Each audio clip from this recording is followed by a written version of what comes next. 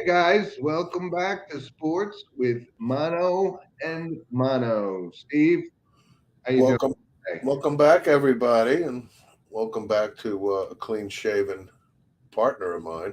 Oh, you noticed, I did you? did, I did. I did. I didn't I want was to going to spoil say, it for the who's audience. this? This must be your younger brother. Well, it's April 10th, 2022, and we got a few things to talk about this week, sure. We do. So we first, of course, start off our monologue this week, sponsored by Coriano Trucking. And I'll take this one, Steve, because it's a couple of things that's driving me a little bit crazy, right? Baseball's back, and they're thinking about some of these rule changes. But the one thing that's driving me crazy is this ghost runner and extra inning thing. It just I think we talked about this a little while ago when I said, you know how hard it is to get on base against somebody like a Mariano Rivera, right? And so now we start the extra innings with a runner on second base. And all it takes is a pass ball for the runner to move to third and in scoring position. And, it takes away from the allure of baseball. And it's driving me crazy. I can't stand it. I don't think it's right for the game. A couple other things they're talking about is making the bases bigger. Like, what is that supposed to do? I don't get it. I think if anything, it would prolong the game. So my thought was, I'm actually okay with it if you're going to try to shorten the games. And again, baseball is never an hour and a half. It's a 3 hour game.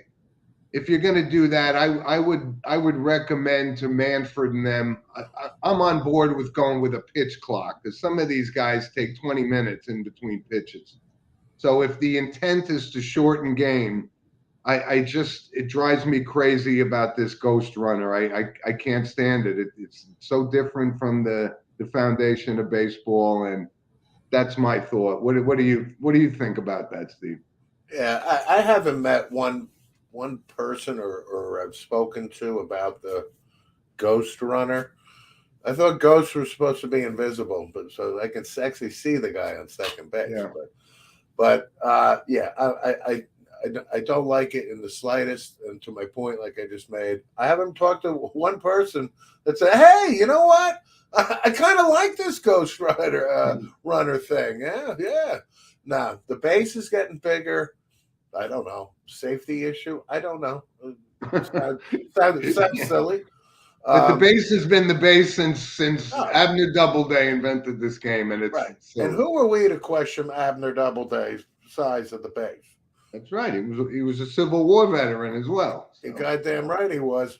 Um, but opening day was a couple days ago. The other new technology was the catcher no longer having to you know you know and to be honest, uh, in the car I heard Greg Maddox on the. I was speaking to one of our loyal listeners, Jim Walsh, yesterday, and I said to him, I said, I don't think I've ever heard Greg Maddox speak. I don't think I ever did before this week. That's a good point, actually. Right? But he couldn't have been, he exceeded my expectations. But the question was posed to him about this new technology, about the science deal, and he was all for it. He was all for it. Like, I think a lot of pitchers are all for it. CC Sabathia, I heard him this week. They're all for it. If it speeds up the game, you get an earpiece, whatever. But with any new technology comes, the bad guys trying to tap into that technology. Well, what is it? Let's just for our audience and maybe even for me, because I'm trying to understand what this is. I guess it's similar technology to having the football helmet wired and calling plays, right? Yeah, there's something on their wrist, the catcher, whatever. Okay. It essentially is sending a signal in the earpiece. The other aspect of this, two players on the defensive side also have access to what signal is coming. So typically that would be the center fielder or shortstop. So they could shade left and right type of thing. But Okay. we'll see. So far, so good. It seems to be well received. And the other thing is now the umpires, instead of, safe or out, now the umpires can turn to the audience and say, yes, the ball was hit to the left foul pole and it went to the left. So therefore, it's foul. And what is that supposed to do for the game? It helps the umpires, I guess, get more recognized. Okay. That's what we need. That's Laz Diaz to get more recognized as being the worst umpire in Major League Baseball. That is correct. So Laz can get a lot of boo. All right. Well, listen, baseball is a 3-hour game, and no matter how you slice it, putting a ghost runner in there to end it an extra inning changes, to me, the foundation of the relief pitcher and everything. And that's the monologue for this week, April 10th. It's Sunday men's beer softball. Right. That's what it is. So, Steve, it seems like it's been a month ago, but we do need to catch up on the NCAA tournament, and we didn't get a chance to talk about it. The Final Four, both you and I had Duke and Kansas going to the final game on Monday, and it ended up being North Carolina versus Kansas. And listen, both of us were all on board with Kansas. I mean, Bill Self had a great game. Coaching, coming back from a 15-point deficit at halftime. It took away from the whole Krzyzewski thing, and is he going to go out on a winning note? But you got to give credit to Kansas, and the game this kid McCormick played inside the paint, and again, he was going up against Armando Bacot, who he gave it his all. This kid, I really give him 2 thumbs up and guts all around, but he really was hurting, and that they exploited that. Yeah, I mean, it was kind of a win-win for me.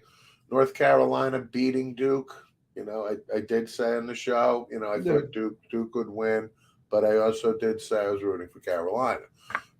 So Hubert Davis to get this close to a national championship and not finishing it off is, that's a tough pill to swallow for him. So I'm not sure if Hubert has had a good night sleep in the past week. No, I'm sure. But I was good with Coach K. Bye-bye. 42 years. We've talked about him ad nauseum. Well deserved, but it's time to move on. You give credit to Kansas again. They're down 15 points. And they come back. And it was a combination of Kansas coming back and North Carolina, kind of giving it a little bit. Bacot, couldn't agree more. Kid gave it everything he has. Both teams are stacked for next year. So I'm not saying both will be back in the finals, but North Carolina is I think Bacot's probably going to come back. They got some really good talent in Kansas. Bill Self, his second national title. Yep. Good stuff. So, I mean, this tournament did not disappoint in the slightest as far as, the St. Peter story and March Madness. So, in the Duke game, I mean, one thing you got to realize, I mean, uncharacteristic of a Duke team, they shot 60% from the foul line, and that was their Achilles heel, and that took them out of any chance of winning the national championship. Well, 60%, that's so unusual for a Duke team, whatever, but that was a big factor. Well, and one other kid that I wanted to call out because he really seemed to change the momentum for Kansas was this kid Remy Martin, who came in, right? Transfer from Arizona or Arizona State, one of the two. Yeah. But he hit some big 3-point shots that really just took Kansas to the next level, and that pushed them to the title. And you're right, Bill Self, number 2. Yeah. It's good. And again, Kansas had some violations, I don't know, 5 years ago, but nothing to the level of the Kelvin Sampsons and the Bruce Pearls of the world, right? So I try Penny Hardaway. Penny Hardaway now. But Bill Self, I think, is universally respected. amongst his peers, and obviously, winning your second national title puts you in elite company. So, Yeah. Again, Kansas storied basketball program, North Carolina storied basketball program. It doesn't get much better. And like you said, it did not disappoint. The tournament was as awesome as it ever is, and it was just great to see. Yep. On the other side, how about these? The women's South Carolina beating UConn, and we talked about that before the game, that Connecticut has never lost in the finals on the men's and women's side, and it was just that we talked about Aaliyah Boston, who was the Wooden Player of the Year, and she did not disappoint. And it was Gino Auriemma's first taste of defeat in the finals. Yeah, and the game was indicative of the fact that South Carolina was what UConn has been, if that makes sense, right? Typically in these final games, UConn's past championships, they'd win by 20, they'd win by 15 because they were that loaded. Yeah. Connecticut, to just get to the championship game, I think is one of Gino Auriemma's best coaching jobs. Yeah, it is. Without winning the national title. Yep. But Connecticut has, the returners, the Paige Beckers and the Ozzie Fudds, and I think they got two of the top recruits coming in. South Carolina most likely will win it again next year. I mean, they are that good. And Stanford is always right there as well. And, well, I think South Carolina, Dawn Staley, well deserved. Yeah, and you're right. I'm happy. And that's her second too, I believe. It is. Well, like Bill Self. But here's the thing: the difference between the men and the women's side is that you're right. UConn is going to come back stronger than ever next year, but they get these kids for 4 years. On the men's side, it's the one and done theory is really taken over. Right. And you can't blame the kids for coming out when the money's sitting there. But on the women's side, the money's not there. So you have these kind of opportunities for dynasties like South Carolina. Yeah. That's a good point. The 4 years you get that player, and not so much on the men's side anymore. So anyway, so the tournament, like we said, Steve, was great. Congratulations to Kansas. And let's move down the pike down to Augusta, Georgia. There's a golf tournament. Before we do that, I think we should segue back to baseball. We opened up with baseball. There's still, there's some major storylines there. And the topic of the week, at least locally here, has been the Aaron Judge turning down the contract extension. Yeah, we talk about that now. Yep. Yeah, and it was opening day too. The Mets and Yankees are both off to good starts, but the Aaron Judge thing for me, I've been doing a lot of thinking of, is I can't blame him for saying I'm not signing this right now. I'm not doing Absolutely it. Not. You really get one shot at free agency for your career, okay?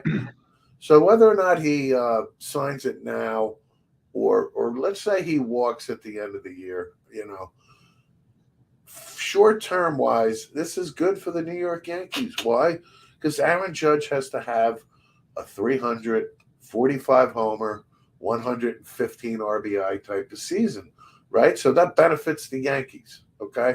In the short term. Chances are he's not going anywhere, okay? Chances are he loves being a New York Yankee, okay? The Yankees are valued at $6 billion, like the Cowboys. So, when we throw Garrett Cole $324 million and Stanton and his contract, I'm not concerned that the Yankees are not going to pay Aaron Judge what he's going to deserve. My only trepidation I have with this is that 10-year, 9-year deal, because Aaron Judge is turning 30 this month. Yeah, and we've talked about this. We've seen the Albert Pujols of the world. You got to give this long-term contract, and you just got to pay for it and hope the production on the front end far exceeds on the back end. And listen, the offer itself, we look and go $30 million. How could you turn that down? But you and I have been steadfast in our thing that it's just like quarterbacks in the NFL. It's the market rate, it's the going rate. And Yes. listen, if you look at his overall numbers, they're not, Mike Trout, Albert Pujols' first 10 years numbers, and you're right, they will get this deal done, but it's going to be more than $30 million because they're paying these other kids, Tatis, these guys are getting that kind of money. And, his market value in New York is immeasurable. I mean, he's adored by New York fans, and um, he'll get that money, and it's not out of the realm of possibility. We talked about it. A Yankees being a $6 billion franchise, give the guy $40 million over 6 years and be done with it, and on we go. Yeah. I mean, again, the other, on the flip side with Aaron Judge is we have to admit the truth. He's got to stay healthy. Okay, he's only played. I think he's had 2 seasons where he's played more than 115 games in a year. Yep. Okay, so that's. And again, it's not like he's gotten hurt a couple times, and it's not his fault. He got hit in the wrist, by a blistering fastball, breaks his wrist. Okay, he broke his rib one time, making a diving catch. I get it. All right, but he's got to stay healthy. Enough with the lower body injury. I don't even know what that means. Yeah, that's the go-to injury now. Yeah, I got to think the PR person who came out with that one is no longer employed by the New York Yankees. So listen, while we're here, let's stick with Major League Baseball, and it's kind of an interesting thing I've been watching in the first weekend of the season is, there's a lot of bean balls and bench clearing brawls. I don't know if that's a sign of things to come or what's precipitating that, but kind of unusual. You don't see that in the first couple of days of Major League Baseball, but we've seen it a lot. And there was a scary incident for Met fans for sure with Pete Alonso taking one in the mug. Yeah. And listen, as goofy as those helmet things look, that saved him big time. I don't even think they're goofy looking. I think it's I think it's an absolute necessity to have that thing. It should be mandatory, actually, because folks, a lot of people again don't know the history of the way that we do. But if you got a computer in front of you and you go Google Tony Conigliaro of the Boston Red Sox in the 60s, and you want to see some visual images. Getting hit in the face destroyed his career. Not only did it destroy his face, it destroyed his career. So that piece to protect your face is, I think, a vital part of. Yeah, that could have been a devastating thing for the Mets and so forth, who were off to a good start. Like mandating something like that makes sense. Absolutely. Making the bases bigger, not so much makes sense. Ghost Runner, not so much makes sense. Right. Yeah.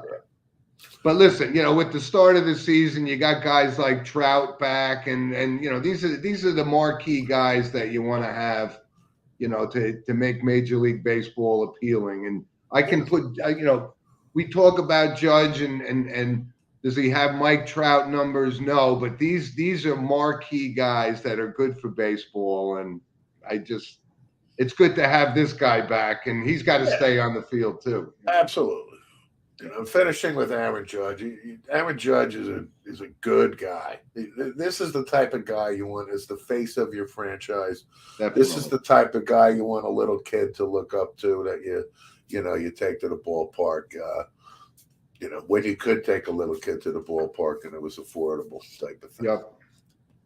So listen, baseball's underway, and so of course let's move to Augusta because there's the story obviously was Tiger Woods, and I watched him play most of the weekend and so forth, and he did look a little bit uncomfortable. He's shrugging that off, saying, "Listen, if I wasn't able to be here, I wouldn't be here." But you could tell he couldn't even bend down to line up putts and so forth, and he shot his highest score ever at Augusta. He shot a 78 yesterday, so he fell out of contention, but it was a great story all around. And I tell you, one thing that started it off, and I wanted to bring this up because I mentioned it on the JPM Sports Entertainment, was the ceremonial tea time in the morning, and it was Jack, it was Gary Player, and the newest member of that trio was Tom Watson, and it's so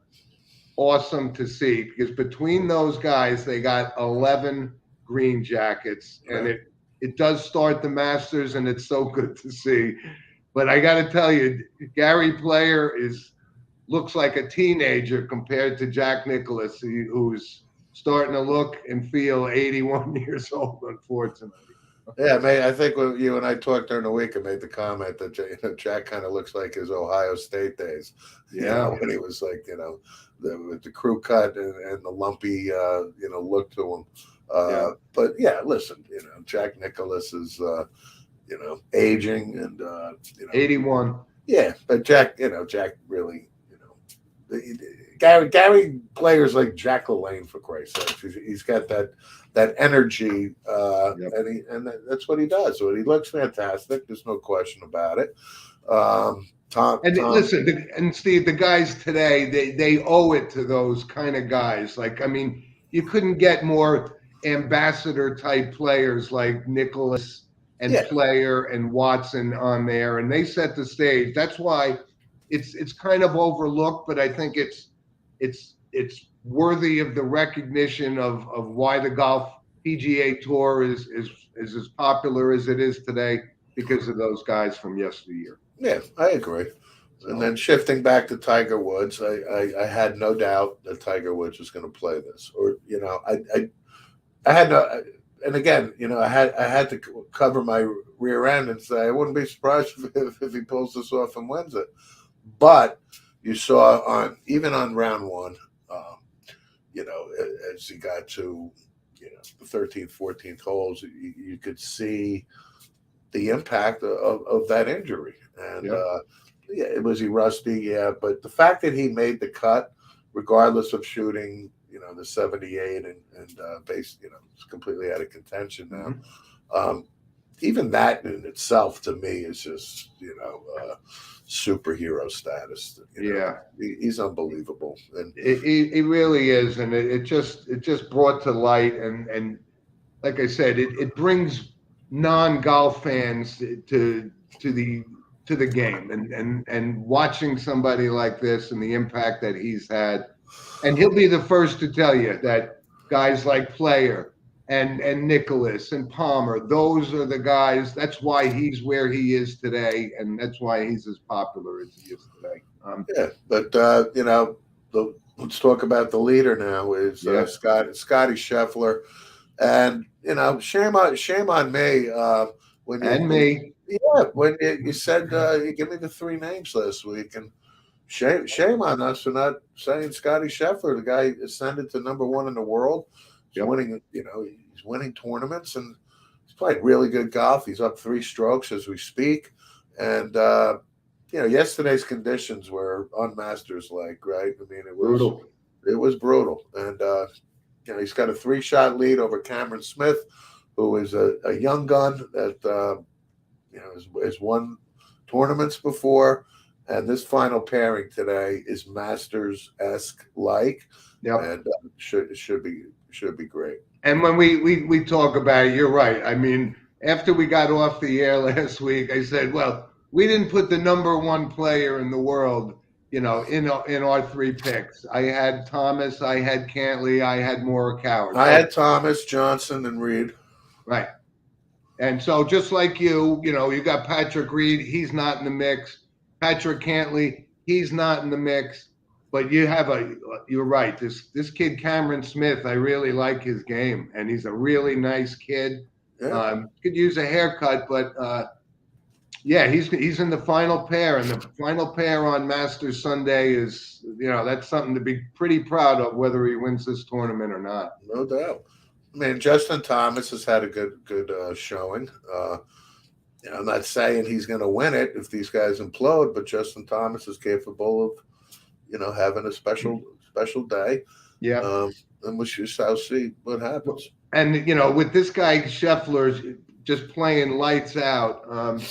unfortunately for guys like Thomas and Morikawa who are at +1 or -1, that's 8 shots off the lead. And unless you had either Greg Norman or Colin Montgomery with that kind of lead, you would say, oh, you know what? They may still be Oh, in yeah. the They're sitting right where they want to be right now going into Sunday. Yeah. I forgot about the Colin Montgomery implosions. Yeah. Thank you for bringing that up. Yeah. But it's awesome, and hopefully the weather will be a little bit more conducive. And listen, watching the opening round, the ton of rain that they got the day before made it possible for these guys to shoot, because these greens are normally just like putting on asphalt. And on day one, the scores were much, much higher because they were putting it on the green and it was stopping on the green. And the one thing that I noticed, Steve, and it's really hard, and we've watched this tournament for 45 years. You can't really tell about the undulations on these greens and the little hills from television, because it looks so pristine and you don't see it. But I have seen more balls get on the green and start rolling back and off the green. Like it's hard to see, but that's what makes Augusta one of the toughest tests in golf. Yeah, no question. And I want to bring up Billy Horschel. Billy Horschel had to apologize to Augusta National last year because he kept taking his putter, whatever it was. Billy Horschel's got a temper, and he kept pounding his club when he made a crappy shot.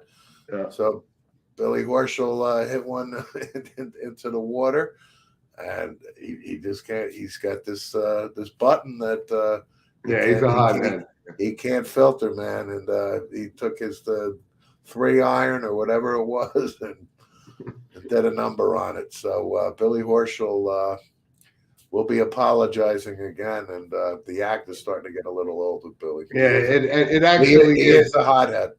He's got to take a page from John Rahm, who was that kind of a hothead for several years, and he started to control his temper, and look what it did. It made him the #1 golfer in the world, who's not having a great tournament at Augusta, but you gotta keep your cool in this game because it'll eat you for lunch. Yeah, I don't dislike Billy Horschel. I don't. He's won on the tour. He's not a major champion, but Billy Horschel, he's got to rein it in, man. Yeah. So, Steve, let's move on real quick. I just wanted to touch base in the NHL, right? The season's starting to wind down, and how about the year this kid Austin Matthews is having for Toronto? I mean, he's scored his 57th goal last night, and I would have thought, I was surprised that was the Toronto Maple Leafs single record. I thought Darryl Sittler might have scored like 60 goals one year, but no, the record for Maple Leafs was this guy, Rick Vive, used to be the captain.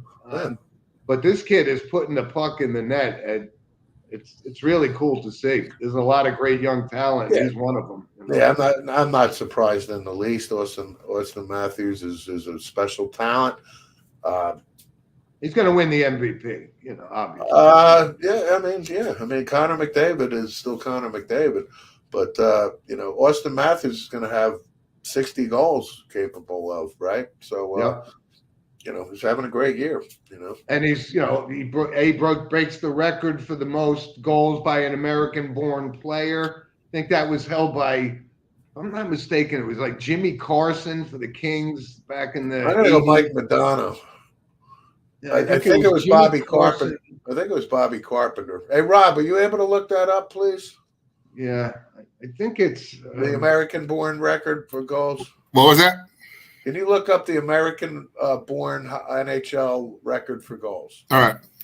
Yeah, I think I'm going to go with Mike Madonna as my guess. No, I think it's tied with Jimmy Carson and somebody else. But anyway, he's having a great year, just like this guy Chris Kreider in New York scored his 47th goal last night. And, 49. Is he 49? See. Okay. So Chris Kreider is on the cusp of joining 3 other Rangers in the 50-goal club. And that would be Jaromir Jagr, Adam Graves, and Vic Hadfield from the 70s. Wow. Are you guys ready? Yep. Looks like Brett Hull, Oh. Mike Madonna, and Phil Housley. All right. So Hull, how many has Hull got? Or had? I don't know. I mean, I know it's the most goals by an American-born player since John LeClaire, actually, like 25 years. 741? Right. But we're looking single season. Oh, single season. Yeah, single season. I think it's Jimmy Carson is one of them. Anyway. But anyway, so hockey, and Steve, I got to give kudos to you because this guy, number 8 for the Washington Capitals, is putting the puck in the net. Austin Matthews? Yeah, he broke the record of who, though? Oh, okay. Yeah. But Steve, Ovechkin's got 40-plus goals already, man. I got. You would think there is a coach out there could figure out how do you let this guy sit in his office and take those shots time and time again? It's amazing. Jimmy Carson and Kevin Stevens. Oh, good call, Jeff. Jimmy Carson and Kevin Stevens. Yeah, Kevin Stevens with the Penguins, right? Yep, former boys from college. So listen, hockey is really awesome this year, and you got some great stories. Like I said, when you're talking about, you mentioned McDavid, and how about this other kid, Trevor Zegras for the Anaheim Mighty Ducks? He has scored like 4 goals that have just been unbelievable. Incredible. And to you're becoming more of the lacrosse guy than you used to be, but they're lacrosse style goals in hockey, and they're pretty cool, man. These are highlight reels, these goals. Yeah, there's no question about it. This kid, he's burst onto the scene. He's now a name that you'll find recognizable. The NHL is starting to wind down. There's only a handful of games left.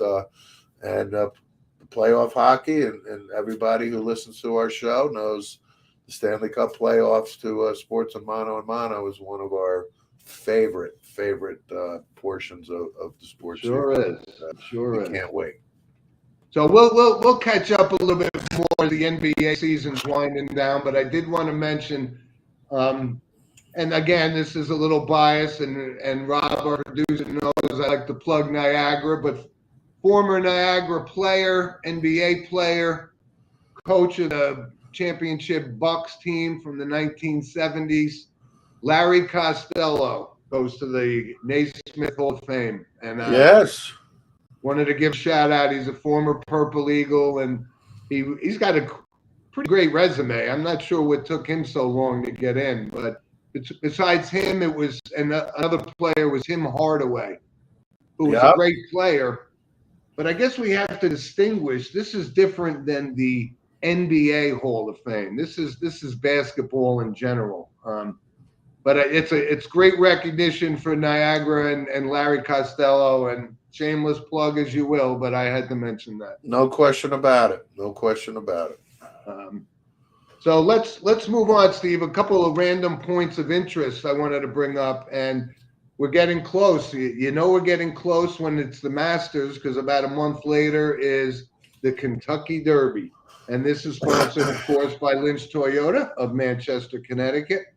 So there's all the prep races. I'm thinking, and I've been pretty good picking some winners this year in both the Florida and the Arkansas, Louisiana Derby. Yesterday was a cool thing for racing. They had 3 races on the same day. It was the Bluegrass, the Santa Anita, and driving me crazy. But anyway, what my point is, these races dictate who's going to be in the Kentucky Derby, which is one of our favorite days, altogether. It's going to be a field like we haven't had. Like 10 different horses are going to be brought up in the discussion about who's going to be the favorite. And a couple of horses to keep in mind, and he actually came in second yesterday, was a horse named Messier. And yes, that Messier. I know. Yeah. Doesn't own it, but named after him. Yep. But great, Walt Hahn from our loyal fan from Arkansas is really into this too. So I had yesterday the other one was the Wood Memorial. So there were 3 races and Mo Donegal, and you got horses like Cyberknife, Forbidden Kingdom, White Abario. It's going to be a great Kentucky Derby, and I just wanted to mention that because these prep races dictate the field for Kentucky, and it's awesome. It's really awesome. Yes, I concur. I can't wait for the Kentucky Derby. And I know our listener Corey Cole is eagerly waiting our Derby selections, so he's got to wait a few more weeks. But I can't wait for that. That's coming up. Yeah, we got a quick hello from our dear loyal listener Tony Cobbs. Yes, Tony, welcome back. Where you been? Good morning. Good morning. I know Tony she's is a big San Francisco 49er fan. Yeah. Yeah, welcome back, Tony. It's good to see you again. Me too. Yep. So, Steve, a couple of other just random points of interest when we're talking about the Iron Man streak, or so it's called in the NHL. Keith Yandel, that streak ended. 980 some odd games, and I think up next is Phil Kessel, who's only like 20 games behind, but there goes that short-lived record, right? Yeah, I'd be surprised if Phil Kessel doesn't break this record. Yeah. Right? I mean, if you're going to play in 900 plus straight, yep, chances are you're going to play in a 21 more straight. You got it. So. Here's another random point. How about this? And it's still hard for me to reconcile that he's the 3rd all-time leading rusher behind Peyton and Emmitt Smith, but Frank Gore officially retired. And it's still hard for me to believe because I don't put him in that category like an Emmitt Smith or a Walter Payton. I mean, I think that it's a combination, and you and I have talked about this, compiling numbers. This is a tough one. It really is, because this is an NFL running back we're talking about.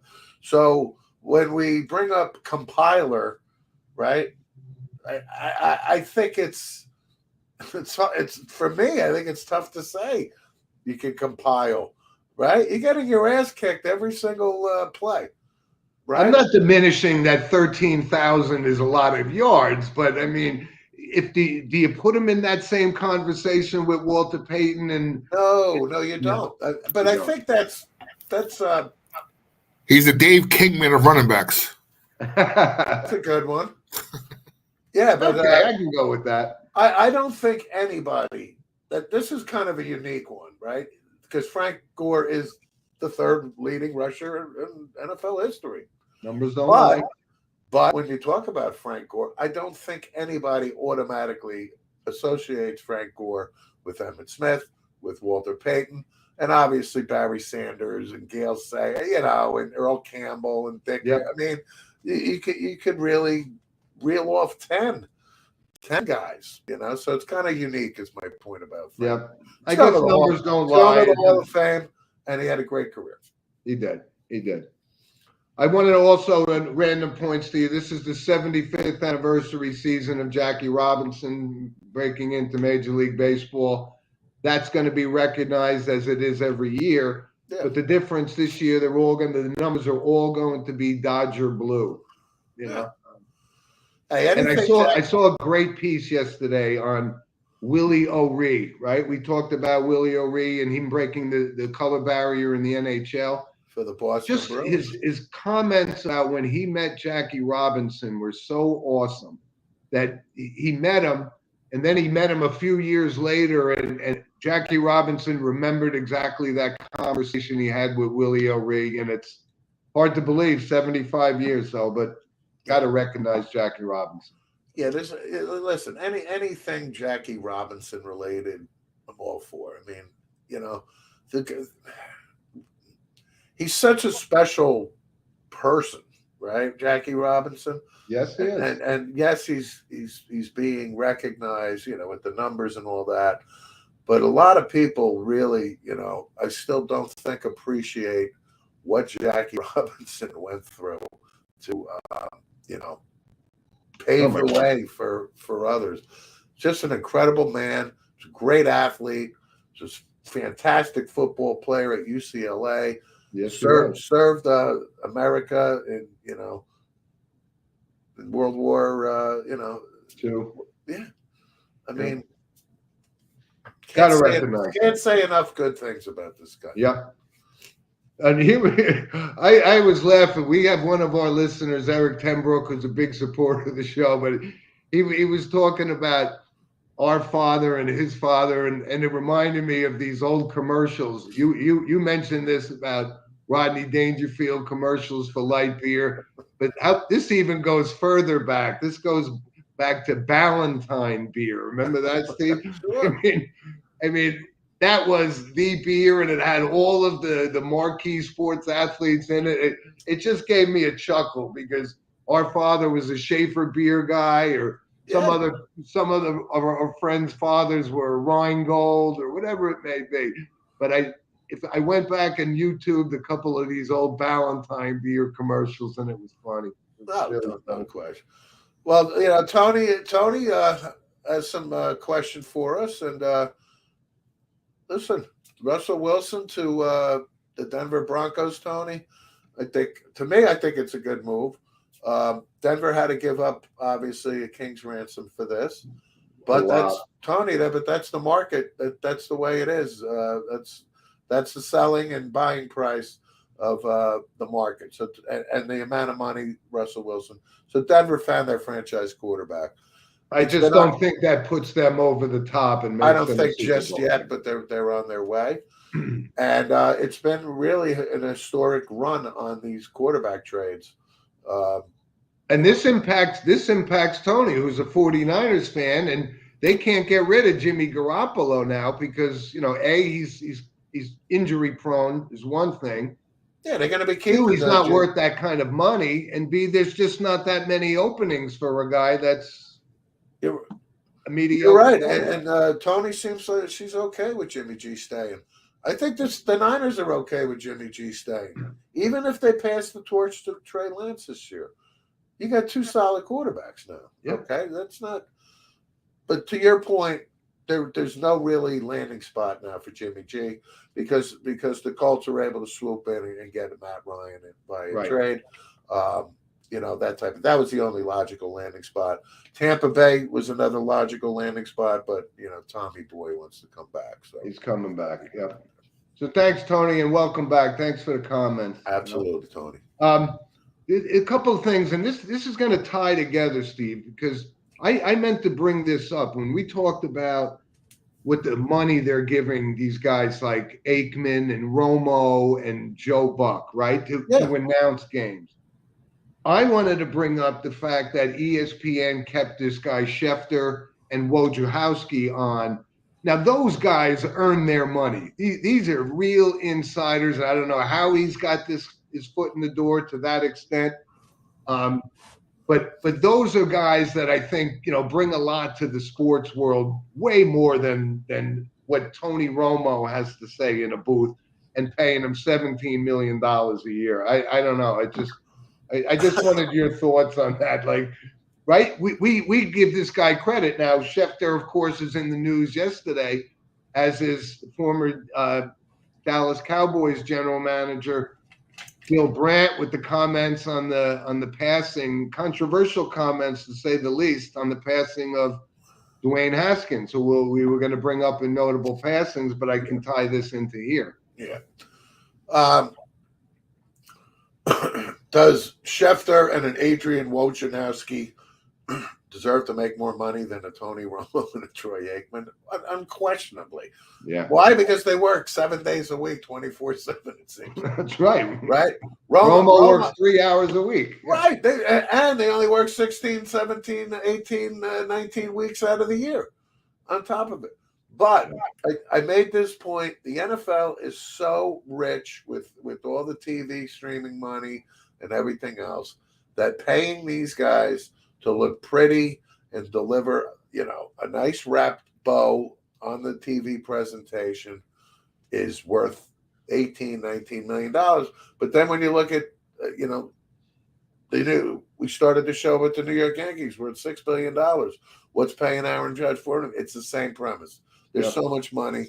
It's a spit in a bucket. But yes, to your point, Schefter, Wojciechowski, they earn their money. They deserve more money.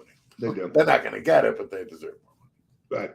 And one last thing is it kind of goes back to how we talked about it's getting impossible for a family of four to go to a baseball game. I heard the most unbelievable thing. You could buy a hamburger in Atlanta at a Braves game, $151 for a burger. Yeah. Not just a cheeseburger. I mean, it had some lobster on it and stuff. All right. Wouldn't you say, let's have a hot dog and then go spend $150 on the best steak you'll ever have in your life? You're going to buy it at a baseball game? Yeah, they are, because there's guys that, got to show up and one up their buddy when they go down and catch Atlanta Braves game. Sweetheart, give me 5 of those $150 burgers, and on and on. Yeah. There's millionaires out there. That's that's nothing. All right, guys. So, Steve, let's move on to our notable passing segment. And unfortunately, there was a lot this week. And this may be the record. Yeah, maybe. It's up Tommy there. Davis, right? Former Los Angeles Dodger guy, and won 2 titles, right, with them. Still holds the Dodger record for runs batted in the season, that kind of thing. Yeah. He was a good ball player. Hits and RBIs. He had 153, and I think he had 231 in a season. Yeah. He won back-to-back batting titles. Tommy Davis was originally going to sign with the New York Yankees until he got a phone call in his kitchen from one Jackie Robinson to convince him to sign with the Dodgers. And Tommy Davis had a great Major League Baseball career. He did. Yeah. I still find it hard to believe that somebody, Duke Snyder didn't have more runs batted in a season, but it is, numbers don't lie. Numbers don't lie. Tommy Davis, rest in peace. Yep. Here's one that's kind of hits close home to you, because Rayfield Wright of the Dallas Cowboys, right? Yeah. Rayfield Wright. For Roger Staubach to come out and say he was one of the best offensive linemen to ever play the game, that says it all. Yeah, there's no question. Rayfield Wright, right tackle for the Cowboys, number 70, 13-year career. I think Rayfield was a minimum 3-time first team All-Pro. Number Hall of Famer. Yeah. Unfortunately, Rayfield Wright, in the past 10 years or so, was suffering from, what a lot of the ex-NFL players suffer from, and had a kind of had a tough, health-wise last few years of his life. But to your point, Roger Staubach made comment that Rayfield Wright was the best of the best, and R.I.P. to Rayfield Wright, bona fide Hall of Famer for the Cowboys. And staying with the NFL, he was a member of the Purple People Eaters, and you brought this to my attention. Doug Sutherland for the Minnesota Vikings. He was 73. Yeah. Yeah. But he was a good ball player on some very good football teams that unfortunately never got the chance to hoist the Lombardi Trophy. Correct. He succeeded Gary Larson on the line of the Purple People Eaters. And 73. Yeah, beloved member of the Vikings, and And we talked about this briefly, but what kind of a tragic story was this Dwayne Haskins thing, right? I mean, when we look at his career, and he was a certain top 5 draft pick, after the season he had at Ohio State. Unfortunately, the tragic thing, got hit by a car and whatever, but 24 years old. Terrible. Oh, yeah. I was driving to my son's lacrosse game yesterday morning, and Ramapo won, by the way, 7-4 over Pascal. Congratulations. But I heard this news, and I was stunned, actually. I was like, wow. Yeah. Right? So Dwayne Haskins was not a bad person. In fact, he was well liked by, the Ohio State community.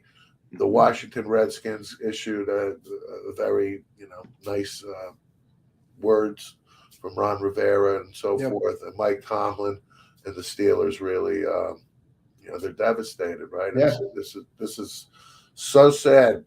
Young Dwayne Haskins, still 24 years old, right? And who's to say that the light bulb might have gone on for this kid, and he could have reached some, the potential in the NFL, but we're never going to find out. He's going to have these records at Ohio State for a long time. He had 50 touchdown passes, 4,800 yards. Tragic. It's a tough one, man. This is a real tough one. And Steve, another one who kind of went under the radar, but we remember him, Gene Shue. Remember Gene Shue? Gene Shue. I even told my buddy Walsh when he told me. He said, I thought Gene Shue died 10 years ago. Yeah. He was one of the guys that I thought died 10 years ago. I mean, he was the coach of the Washington Bullets for many years, and then had, a good run with Philadelphia and 90. Yeah, I mean, but we remember Gene Shue. Gene Shue kind of reminded me of Chief Clifford on McLeod. McLeod. Pretty obscure, but good. Yeah. McLeod. J.D. Cannon is the real. He had a good run. He was a well-respected man in the NBA circles, for sure. Yeah. Gene Shue, R.I.P. And, of course, we would be remiss if we didn't give a hearty farewell to George Costanza's mother, Estelle Harris, right? You're not getting the water pick. I'm not supposed to cry. Great character actress, though. And Estelle Harris, like very 93. Well. Yeah, I mean, she was universally loved by. No doubt. Hollywood. And one other one, Steve, was Bobby Rydell. Yeah, of course. I guess his biggest hit was Wildwood Days.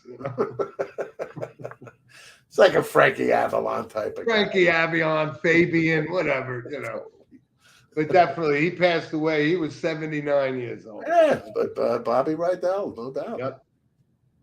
So you're right. That was kind of a laundry list for us this week with notable passings. And just wanted to bring that up. And again, thanks for joining us, folks, week after week. And we'd love to hear from you. Send us an email at sportswithmonoandmono@gmail.com. And again, when we see, fans who listen to the show loyally, like Tony, come back into the mix, and we value your comments and opinions too. So thank you very much. And we just can't say thank you enough for joining us week after week. And we're going to do it again next week. Enjoy the Masters today, folks. It's special. It's special. I don't know where else you would be if, unless it's your own funeral. I'm not missing it. So you got it.